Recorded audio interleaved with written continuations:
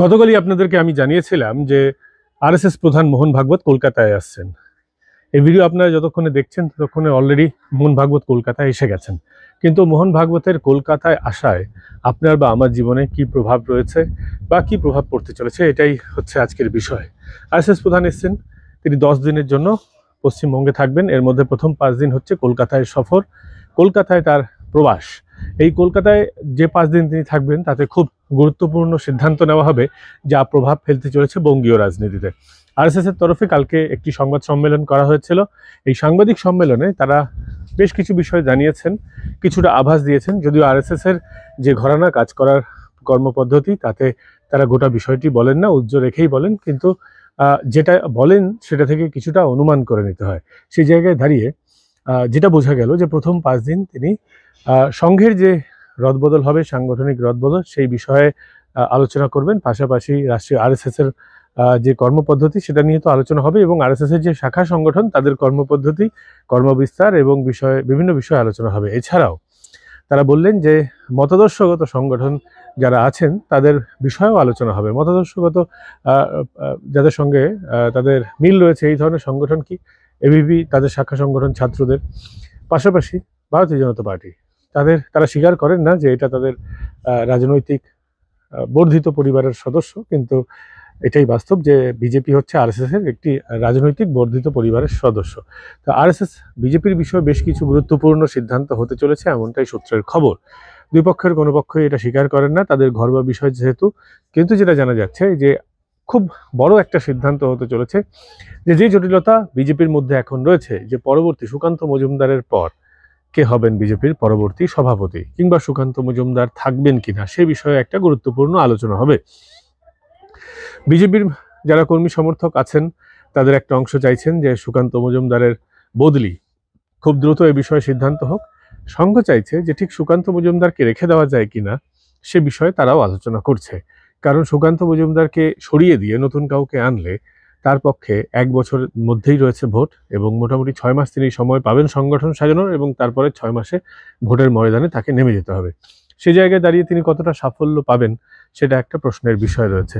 এর আগেও সুকান্ত মজুমদারকে নিয়ে অনেক বিতর্ক হয়েছিল। আমরা দেখছিলাম যে লোকসভা ভোটের আগে তার পদ চলে যায় এমন একটা গুঞ্জন ছিল, কিন্তু শেষ অবধি সুকান্ত মজুমদারের উপর আস্থা রেখেই বিজেপি সংগঠন সাজিয়েছিল, এবং সেখানে নির্বাচন হয়েছে, যা ফলাফল হয়েছে সেটা আপনাদের সামনে রয়েছে।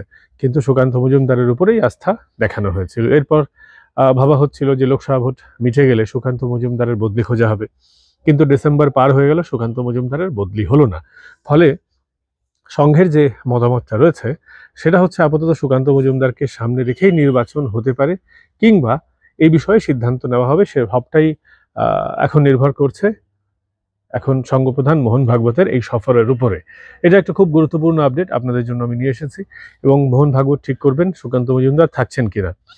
সুকান্ত মজুমদারের যে সেন্ট্রাল মিনিস্ট্রি যে চাকরিটা রয়েছে, অর্থাৎ কেন্দ্রীয় মন্ত্রী যে তিনি এখন রয়েছেন, সেই পদ থেকে তাকে অব্যাহতি দেওয়া হবে কিনা, এবং ফুল টাইম সুকান্ত মজুমদারকেই দলের দায়িত্বে রেখে দেওয়া যায় কিনা, কিংবা সুকান্ত মজুমদারকে রাজ্য সভাপতির যে পদ রয়েছে সেখান থেকে অব্যাহতি তাকে দিয়ে একজন ফুল টাইম মিনিস্ট্রি হিসেবে তাকে রেখে দেওয়া যায় কিনা। এই বিষয়ে খুব গুরুত্বপূর্ণ সিদ্ধান্ত হতে পারে মোহন ভাগবতের এই আগমনের সময়। 5 দিনের বৈঠক, তার মধ্যে যে কোনো একদিন এই সিদ্ধান্তটা হবে।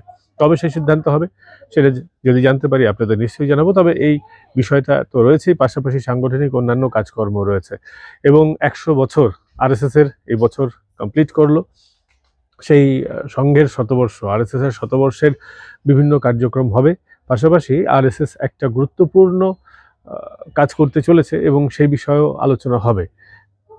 আরএসএস কোন পদ্ধতিতে 2026-এর নির্বাচনে ভারতীয় জনতা পার্টিকে সাপোর্ট করবে, নরেন্দ্র মোদীর আদর্শকে সামনে রেখে নরেন্দ্র মোদী যেগুলো চাইছেন সেই জিনিসগুলোকে আরএসএস কিভাবে ইমপ্লিমেন্ট করবে ওয়েস্ট বেঙ্গলে, এবং বিজেপিকে কিভাবে সংগঠনকে মজবুত করা যায় পেছন থেকে সরাসরি রাজনীতির ময়দানে না এসে পেছন থেকে কিভাবে ব্যাকআপ দেওয়া যায়, এবং মমতা বন্দ্যোপাধ্যায়ের বিরুদ্ধে শেষ লড়াইয়ে আরএসএসও শরিক হতে চাইছে। 2026-এর নির্বাচনে আরএসএস বা বিজেপি মমতা বন্দ্যোপাধ্যায়কে কোনোভাবেই ময়দান ছেড়ে দিতে রাজি নয়। গতকাল এই বিষয়ে আলোচনা করেছিলাম, কিছুটা আভাস দিয়েছিলাম।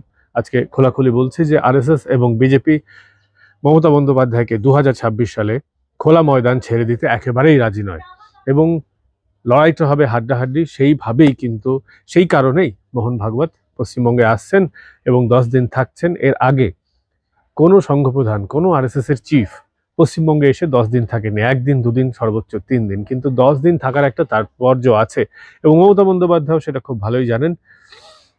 তার কাছেও ইন্টেলিজেন্স ইনপুট আছে। সেই কারণেই আপনাদেরকে বলে রাখা ভালো যে ইতিমধ্যে মমতা বন্দ্যোপাধ্যায় নিজের ঘর গোছানো শুরু করে দিয়েছেন।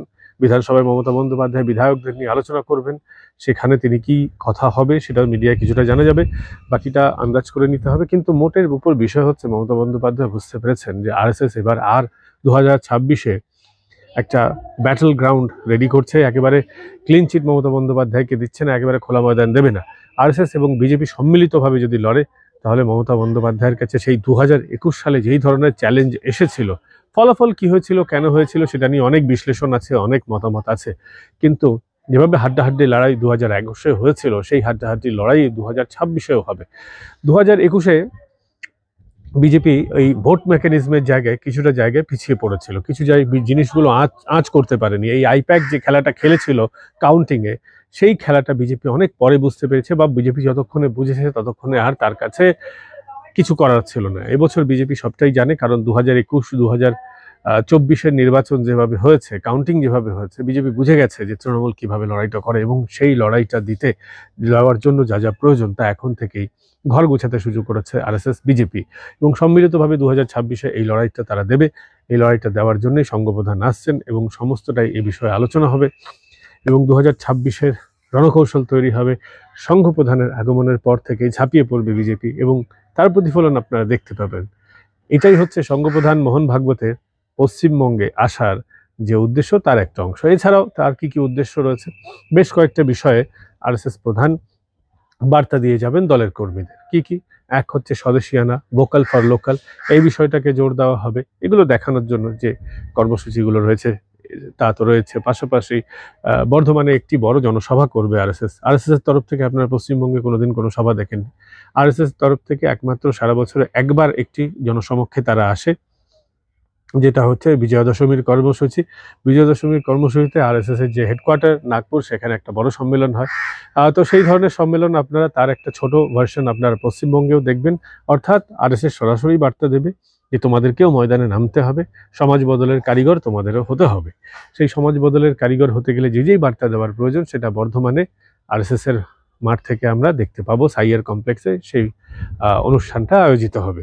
এছাড়াও স্বদেশিয়ানার পাশাপাশি যেই ধরনের পশ্চিমবঙ্গে হিন্দুদের সমস্যা হচ্ছে, বা তাদের জন্য একটা কঠিন সময় আসতে চলেছে, এই বিষয়েও কিন্তু সংঘপ্রধান তার বার্তা দেবেন।